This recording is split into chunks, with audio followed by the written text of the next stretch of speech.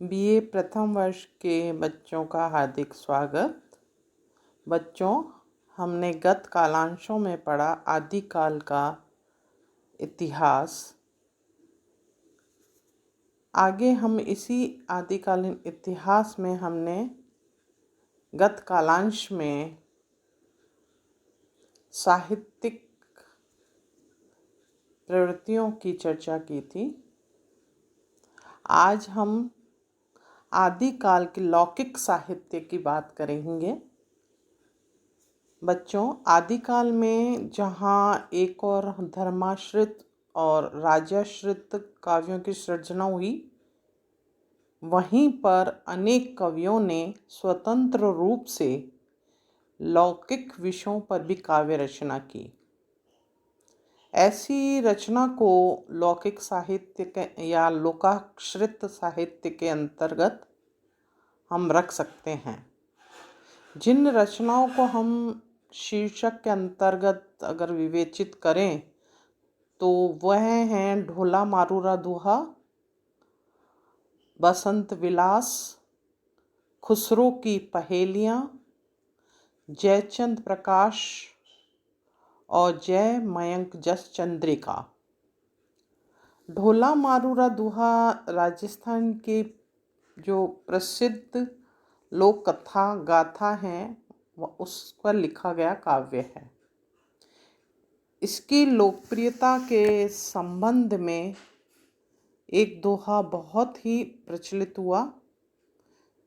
वो था, सोरठिया दूहो भलो भली मरवणरी बात, जोबन छाई धन भली तारा छाई रात। इस काव्य की कथा जो है वो ऐतिहासिक आधार से पुष्ट है। इसमें राजपूतों के कछवाहा वंश के राजा नल, जो संवत 950 से 1000 विक्रम संवत में रहे हैं, उनके पुत्र ढोला और पुंगल के राजा पिंगल की पुत्री मारवणी की प्रणय कथा काव्यबद्ध की गई हैं। वो कथा मैं संक्षिप्त में यहाँ सुनाना चाहूँगी कि एक बार पुंगल में भयंकर अकाल पड़ा। राजा पिंगल ने राज परिवार की रक्षा के लिए राजा नल के यहाँ आके आश्रय लिया। वहाँ 3 वर्षीय शिशु राजकुमार ढोला को देखकर राजा पिंगल की रानी मुग्ध हो गई। उसने अपनी 1.5 वर्षीय पुत्री मारवणी का विवाह उससे कर दिया। वयस्क होने पर राजकुमार ढोला का दूसरा विवाह मालवा की राजकुमारी मालवणी से कर दिया। इस समाचार को सुनकर मारवणी विरहकुल रहने लगी।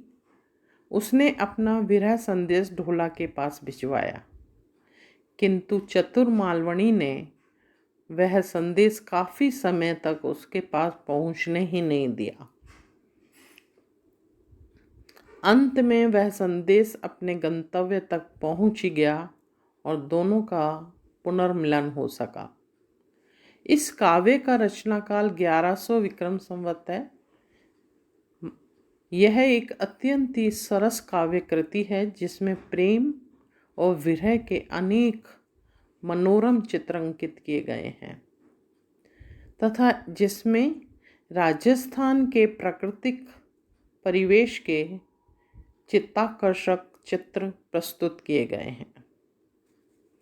इस प्रकार राजस्थान की यह काव्य 4 संस्करण में उपलब्ध होते हैं। केवल दूहों वाला संस्करण, दूसरा दूहों तथा बीच बीच में जैन कवि कुशल लाव द्वारा रचित चौपाइयों वाला संस्करण, तीसरा दूहों और बीच बीच में गद्यांशों वाला संस्करण, और चौथा था दूहों, कुशल लाभ की कुछ चौपाइयाँ तथा गद्यांशों वाला संस्करण। इन चारों में केवल दोहों वाला संस्करण इन प्राचीनतम रहा, जिसका नामकरण किया गया ढोला मारूरा दोहा। यह एक सुसंपादित संस्करण सन 1934 में नागरी प्रचारणी सभा काशी में प्रकाशित हुआ था।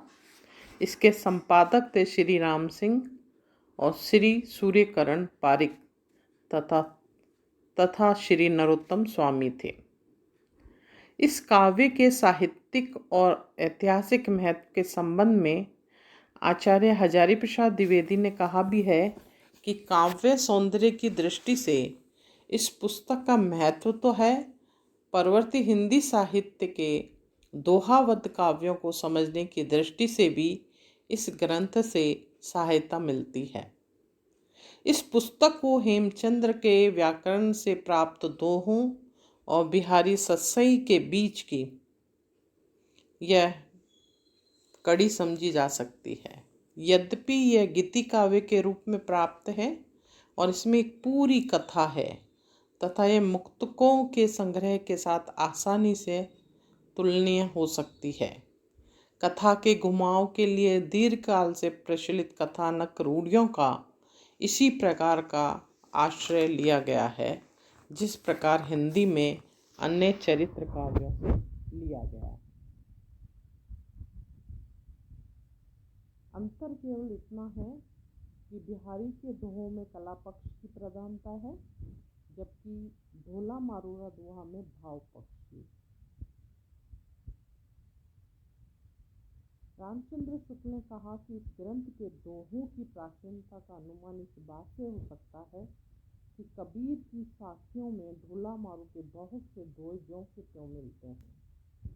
मारवणी के वियोग पक्ष और संयोग पक्ष का वर्णन अत्यंत ही भावपूर्ण और मार्मिक बन पड़ा है। आचार्य हजारी प्रसाद द्विवेदी और विश्वनाथ प्रसाद जैसे आलोचकों ने ढोला मारू के दोहा के भाव गांधीर्य को परिष्कृत लोक रुचि का प्रतीक बताते हुए उसकी प्रशंसा भी की है। इसी काल में दूसरा लौकिक साहित्य था जयचंद प्रकाश और जय मयंक जस चंद्रिका, जो विद्यापति जी ने लिखी थी। इन कृतियों की रचना क्रमशः जयचंद प्रकाश का लेखन किया था। जयचंद प्रकाश के लेखक थे केदार भट्ट और जय मयंक जस चंद्रिका का लेखक थे मधुकर कवि। यद्यपि ये अभी तक उपलब्ध नहीं हो सका है कि इन दोनों ग्रंथों का उल्लेख दयालकृत राठौरारी ख्यात नामक कृति में मिलती है। आचार्य रामचंद्र शुक्ल के अनुसार केदार भट्ट द्वारा रचित जयचंद प्रकाश कन्नौज के यशस्वी सम्राट जयचंद के जीवन चरित्र को आधार बनाकर लिखा गया महाकाव्य है, जिसमें जयचंद के शौर्य एवं प्रताप का वर्णन था। इसी प्रकार मधुकर कवि ने जयचंद के जीवन चरित्र पर 1186 में जय मयंक जस चंद्रिका लिखी थी। राठौरारी ख्यात में यह उल्लेख है कि इन्हीं ग्रंथों के आधार पर दयाल दास ने कन्नौज का वृत्तांत लिखा था। अभी तक ये ग्रंथ प्राप्त नहीं हो सके हैं, अतः इसके संबंध में एक कोई विस्तृत विवरण करना असंभव सा लगता है। इसके बाद जो तीसरी लौकिक साहित्य हमारे को मिलती है वो है वसंत विलास।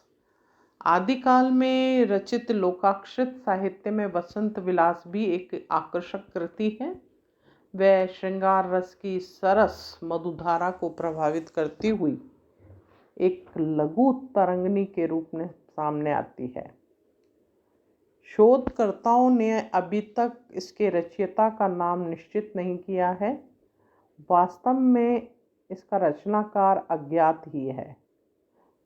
84 दोहों की इस लघु रचना में वसंत ऋतु के मादक और मोहक वातावरण का चित्रण तो देखने को मिलता ही है, साथ ही साथ ऐसे वातावरण का जनजीवन और विशेषकर युवक युवतियों पर पड़ने वाले प्रभाव का निरूपण भी बड़े मनोयोग से आकर्षक शैली में किया गया है। आदिकाल में रचित लौकिक साहित्य के अंतर्गत इस कृति के महत्व को अधिकांश विद्वानों ने स्वीकार किया है। इसके महत्व को निरूपित करते हुए डॉक्टर माता प्रसाद गुप्त ने यह टिप्पणी की कि यह एक अत्यंत ही सरस साहित्यिक कृति है और आधुनिक भारतीय आर्य भाषा साहित्य के आदिकाल के इतिहास में बेजोड़ है। हिंदी काव्य में श्रृंगार रस के दोहों की परंपरा में इस रचना को ढोला मारूरा दुआ और बिहारी सत्संग के श्रृंगारिक दोहों के बीच की कड़ी माना जा सकता है। डॉक्टर माता प्रसाद गुप्त के अनुसार यह रचना अधिक से अधिक 14वीं शती विक्रम संवत के मध्य की होनी चाहिए।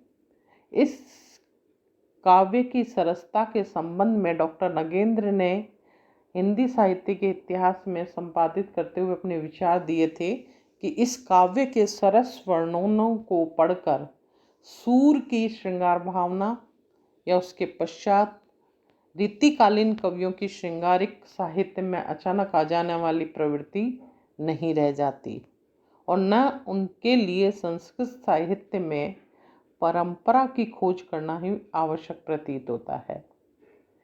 इस कृति में आदिकाल के जनजीवन का वह सरस पक्ष उभरता है जिसे आचार्य रामचंद्र शुक्ल शायद तलवारों की झंझनाहट के आधिक्य के कारण नहीं सुन पाए थे। स्त्री पुरुष प्रकृति तीनों में अजस्र बहती हुई मदोन्मत्ता का इस काव्य में जैसा चित्रण मिलता है वैसा रीतिकालीन हिंदी कवि में कभी नहीं कर सके। इस रचना का उदाहरण स्वरूप एक दोहा हम देख सकते हैं। एणी परी कोय